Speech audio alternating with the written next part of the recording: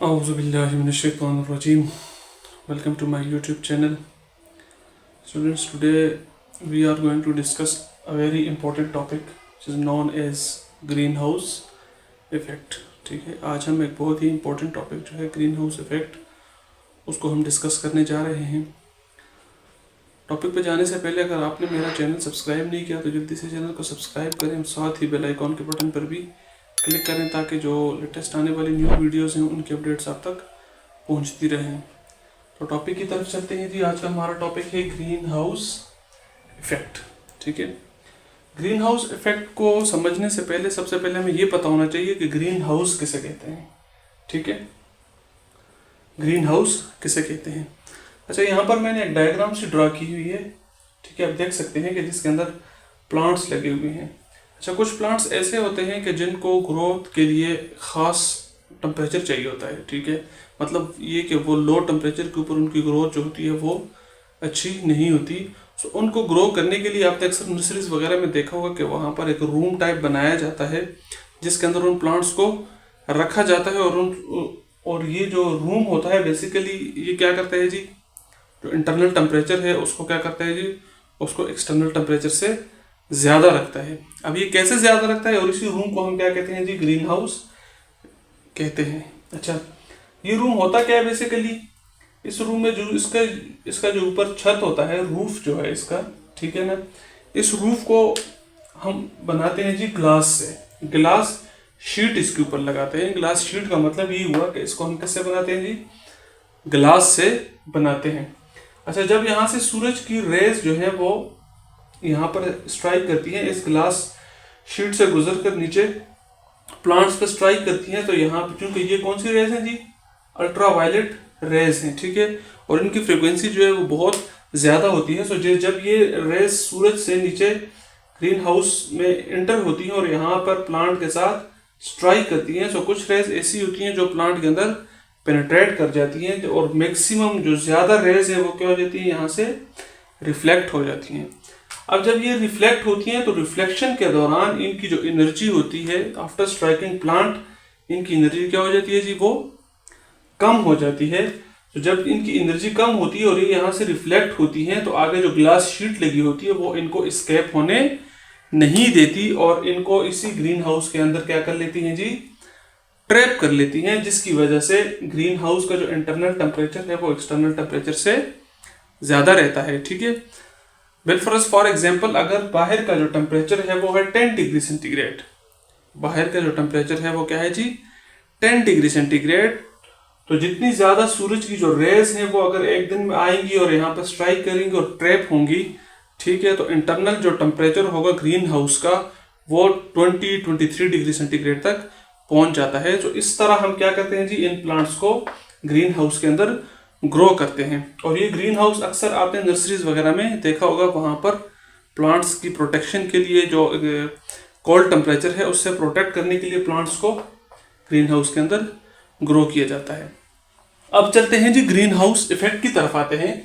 अच्छा, एक चीज़ याद रखें कि ग्रीन हाउस और ग्रीन हाउस इफेक्ट में एक बहुत बड़ा डिफरेंस है। ठीक है, अब इस डिफरेंस को हम समझेंगे। ग्रीन हाउस क्या को तो हमने समझ लिया कि ग्रीन हाउस क्या होता है, ग्रीन हाउस इफेक्ट की तरफ चलते हैं। अच्छा, अब जब यही फिनोमेना हमारा एटमॉस्फेयर के अंदर होता है तो हम उसको क्या कहते हैं जी, ग्रीन हाउस इफेक्ट कहते हैं। अब ये फिनोमेना होता कैसे है, नॉर्मल कंडीशन यहाँ पर एक डायग्राम में शो की हुई है और दूसरी तरफ ग्रीन हाउस इफेक्ट की शो की हुई है। पहले नॉर्मल कंडीशन को देखते हैं। जब हमारा एटमॉस्फेयर क्लियर होता है, क्लियर होने से मुराद ये है कि जब एटमॉस्फेयर के अंदर ग्रीन हाउस गैसेस नहीं होती, या जो गैसेस हमारी है कार्बन डाइऑक्साइड, नाइट्रस ऑक्साइड, ठीक है, मीथेन वगैरह, इन गैसेस की जो कंसंट्रेशन है वो अंडर नेचुरल रेंज में होती है। जिस तरह कार्बन डाइऑक्साइड की जो नेचुरल कंसंट्रेशन है एटमॉस्फेयर के अंदर वो कितनी है कि 0.04%। अब जब ये 0.04% ही रहेगी, इससे ज्यादा ना हो। इसी तरह जो मीथेन है उनकी कंसंट्रेशन भी क्या हो जी, नॉर्मल रेंज के अंदर होती है। तो उस टाइम में होता क्या है, सूरज से जो यूवी रेज आती हैं वो जमीन को क्या करती हैं जी, अर्थ को हिट करती हैं। हिट होने के बाद ये क्या हो जाती है, यहाँ से रिफ्लेक्ट हो जाती हैं। कुछ रेज एब्जॉर्ब हो जाती हैं और कुछ रेज यहाँ से क्या हो जाती हैं, रिफ्लेक्ट होकर वापस चली जाती हैं। ठीक है, अब ये जो फिनोमेना है कि सूरज से रेज आती हैं जमीन के साथ हिट करके वापस चली जाती हैं, ठीक है, इस चीज का एक बहुत बड़ा एडवांटेज है। एडवांटेज क्या है जी? एडवांटेज की तरफ देखते हैं कि नॉर्मल कंडीशन में इसका फायदा क्या है। सूरज की रेज जब आती हैं जमीन पर स्ट्राइक करती हैं तो यहाँ से वापस चली जाती हैं। इसका फायदा ये है कि जमीन का जो टेम्परेचर है वो नॉर्मल रेंज के अंदर रहता है, ना ही ज्यादा बढ़ता है और ना ही ज्यादा कम होता है। नॉर्मल रेंज के अंदर क्या होता है जी? रहता है। फॉर एग्जांपल अगर गर्मियों का मौसम है, ठीक है, तो टेम्परेचर क्या रहेगा जी? नॉर्मल रहेगा। और अगर सर्दियों का मौसम है तो तब भी टेम्परेचर क्या होगा? नॉर्मल। मतलब ये हुआ कि ज्यादा फ्लक्चुएशन टेम्परेचर के अंदर नहीं आती। कब? जब नॉर्मल कंडीशन में एटमॉस्फेयर क्या करता है जी? बिहेव करता है। और नॉर्मल कब होता है? जब हमारी जो ग्रीन हाउस गैसेस होती हैं उनकी जो कंसंट्रेशन होती है वो नेचुरल, जो अल्लाह ताला ने एक नेचुरल कंसंट्रेशन रखी हुई है एटमॉस्फेयर के अंदर, उसके मुताबिक होती है। तो तब नॉर्मली एटमॉस्फेयर क्या करता है जी? एक्ट करता है। दूसरी तरफ एक दूसरी डायग्राम है जिसमें हमारे पास कौन सा इफेक्ट है जी? ग्रीन हाउस इफेक्ट को क्या किया है जी? शो किया गया है। अब यहां पर क्या होता है जी? ग्रीन हाउस गैसेस जो होती हैं जब इनकी कंसंट्रेशन एटमॉस्फेयर के अंदर ज्यादा हो जाए, फॉर एग्जांपल कार्बन डाइऑक्साइड जो है ये 0.04 से इसकी कंसंट्रेशन क्या हो जाए जी? एटमॉस्फेयर के अंदर ज्यादा हो जाए। इसी तरह जो मीथेन गैस है CH4 या नाइट्रस ऑक्साइड है NO2, ठीक है, इसके अलावा जो क्लोरोफ्लोरो कार्बन CFCs वगैरह जो है, इनकी कंसंट्रेशन जब क्या हो जाए? एटमॉस्फेयर के अंदर ज्यादा हो जाए। कार्बन डाइऑक्साइड की कंसंट्रेशन कैसे ज्यादा होती है एटमॉस्फेयर के अंदर? लास्ट टॉपिक में भी हमने डिस्कस किया था, दोबारा लिखते हैं कि कार्बन डाइऑक्साइड की कंसंट्रेशन कब ज्यादा होती है? जब हम फॉसिल फ्यूल्स जो हमारे पास है, कोल, गैस एंड ऑयल वगैरह, उनकी बर्निंग करते हैं, जब उनको जलाते हैं। अब उनके जलाने के मुख्तलिफ तरीके हैं, गाड़ियों के अंदर भी जलता है, ठीक है, उससे क्या होता है जी? कार्बन डाइऑक्साइड की कंसंट्रेशन क्या हो रही है? एटमॉस्फेयर के अंदर ज्यादा हो रही है। इसी तरह जो मीथेन गैस है, ठीक है, ये भी क्या हो रही है? इसकी कंसंट्रेशन भी ज्यादा हो रही है। कैसे? जो एनिमल डंग्स होते हैं, एनिमल्स डंग्स जो हैं, उनसे क्या हो रहा है जी? ये मीथेन की गैस का अखराज क्या होता है जी? ज्यादा होता है। इसी तरह जो बायो गैस होती है, ठीक है, उससे भी क्या हो रहा है जी? इसका अखराज हो रहा है, जो इसकी कंसंट्रेशन एटमॉस्फेयर में क्या हो रही है? ज्यादा हो रही है। नाइट्रस ऑक्साइड जो है इसकी कंसंट्रेशन भी ज्यादा हो रही है। कैसे? कि जो हमारी फर्टिलाइजर्स हैं, ठीक है, जितनी भी हमारी फर्टिलाइजर्स हैं, उनसे क्या हो रहा है जी? NO2 जो है ये क्या हो रहा है? इसका अखराज हो रहा है और एटमॉस्फेयर के अंदर NO2 की कंसंट्रेशन क्या हो रही है? ज्यादा हो रही है। CFCs क्लोरोफ्लोरोकार्बन्स, ठीक है, ये गैसेस जो हैं ये ज्यादातर रेफ्रिजरेटर्स वगैरह, फ्रिज वगैरह में कूलिंग के लिए यूज की जाती हैं। और ये गैसेस जब इनका अखराज वहां से होता है तो इनकी कंसंट्रेशन भी एटमॉस्फेयर में क्या हो रही है? ज्यादा हो रही है। अब जब ये कंसंट्रेशन एटमॉस्फेयर के अंदर ज्यादा होती है तो ये जो गैसेस हैं इनको हम ग्रीन हाउस गैसेस कहते हैं। ये एटमॉस्फेयर के अंदर इसी तरह की गिलास शीट टाइप है क्या बना देते हैं जी? एक कवरिंग बना लेते हैं, एक ब्लैंकेट सा क्या कर लेते हैं जी? ये गैसेस बना लेते हैं, ठीक है। अच्छा, जब सूरज से जो यूवी रेज हैं जब आएंगी जमीन के ऊपर, ठीक है, जमीन के ऊपर आएंगी और जमीन पर हिट करने के बाद ये जब यहाँ से रिफ्लेक्ट होंगी, और चूंकि इंसिडेंट रे जो हमारी है यूवी रे, इसकी इंसिडेंट रे जो है इसकी जो फ्रीक्वेंसी है वो क्या है जी? रिफ्लेक्टेड रे से क्या हो रही है? क्या होती है? ज्यादा होती है। मतलब ये हुआ कि जब रे जमीन को हिट करेगी उस वक्त इसकी फ्रीक्वेंसी ज्यादा होगी यूवी रे की, और जब ये वापस यहाँ से रिफ्लेक्ट होगी तो इसकी एनर्जी क्या हो जाएगी? ऑटोमेटिकली कम हो जाएगी। तो जब यहाँ से ये रिफ्लेक्ट करेगी तो आगे जो ग्रीन हाउस गैसेस के ग्लास शीट सी बनी है या ब्लैंकेट सा बना हुआ है, ये क्या करेंगी? ये इन रेज को यहाँ से एस्केप होने नहीं देंगी, इसको अंदर ही ट्रैप कर लेंगी। क्या कर लेंगे जी? ट्रैप कर लेंगी। सो यहाँ इसकी जो रिफ्लेक्टेड रे की जो हीट है वो भी क्या कहाँ पर रहेगी? इस एटमॉस्फेयर के अंदर ही क्या हो जाएगी? ट्रैप हो जाएगी, और ऑटोमेटिकली जमीन का जो टेम्परेचर है इसको क्या कर लेगी जी? नॉर्मल से ज्यादा कर लेगी, ठीक है। ये जो इफेक्ट है इसको हम क्या कहते हैं जी? ग्रीन हाउस इफेक्ट कहते हैं। और ग्रीन हाउस इफेक्ट जो है ये इतना इम्पोर्टेंट क्यों है? इसकी इम्पोर्टेंस जो है, इसकी बहुत ज्यादा इम्पोर्टेंस है क्योंकि इसकी वजह से जो हमारा जो एनवायरनमेंट में है ठीक है ना, इसमें बहुत बड़ी चेंजेस हो रही हैं। अच्छा, इसके इफेक्ट देखते हैं जी। सबसे पहला जो ग्रीन हाउस का इफेक्ट है ये क्या है जी? Global warming.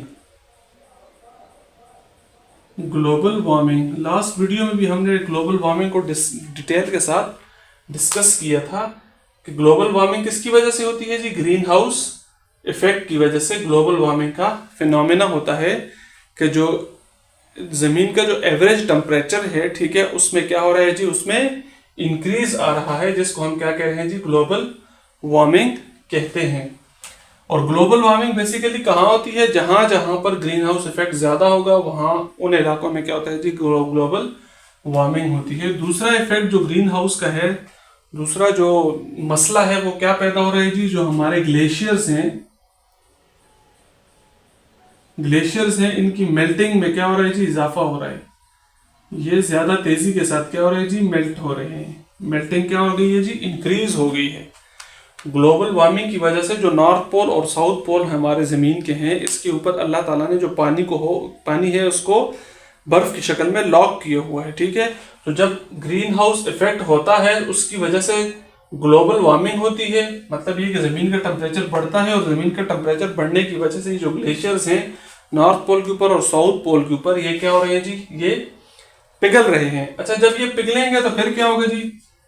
इनके पिघलने की वजह से जो सी लेवल है, सतह समुद्र जिसको हम कहते हैं, उसमें क्या हो रहा है जी? उसमें इंक्रीज आता है। और जब सी लेवल इंक्रीज करेगा तो हमारे जो मुख्तलिफ जजीरे हैं या जो छोटे ममालिक हैं जो जजीरों की शक्ल में मौजूद हैं, उनका सर्वाइवल जो है वो क्या हो गया है जी? वो मुश्किल में पड़ गया है, उनके डूबने का खतरा है।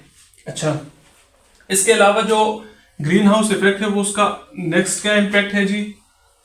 क्लाइमेट चेंज या change in weather pattern. Change in weather pattern के जो मौसम का जो एक पैटर्न है, ठीक है, उसके अंदर बहुत बड़ी तब्दीली रोनुमा हो रही है। और अक्सर औकात हम ये देखते हैं और ये हम ऑब्जर्व भी कर रहे हैं कि हमारा जो वेदर कंडीशन है या जो हमारी क्लाइमेट है वो क्या हो रही है जी? वो बहुत हद तक क्या हो गई है? चेंज हो गई है। किसकी वजह से चेंज हुई है ये जी? ग्रीन हाउस इफेक्ट की वजह से ये चेंजेस आ रही हैं। चेंज इन वेदर पैटर्न का मतलब ये हुआ कि अगर सर्दी का मौसम है तो शदीद सर्दी पड़ती है, या अगर गर्मियों का मौसम है तो शदीद गर्मी पड़ना शुरू हो जाती है।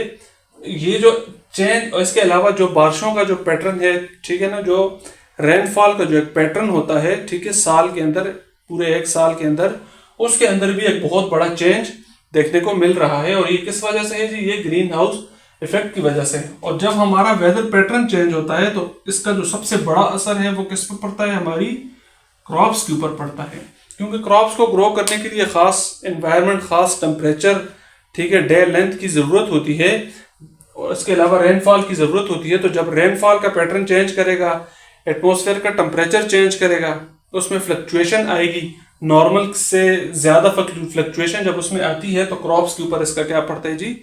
असर पड़ता है, जिसका डायरेक्ट इम्पैक्ट हमारी प्रोडक्शन पे पड़ता है। जो एग्रीकल्चर से हमें प्रोडक्शन मिलती है उसके ऊपर इसका इम्पैक्ट पड़ता है। तो ग्रीन हाउस इफेक्ट जो है इसने हमारी एग्रीकल्चर की प्रोडक्शन को है, इसको भी क्या कर लिया है? कम कर लिया है। क्यों? क्योंकि इसकी वजह से जो वेदर पैटर्न जो है इसमें एक बहुत बड़ा चेंज आया है, जिसकी वजह से क्या हो रहा है जी?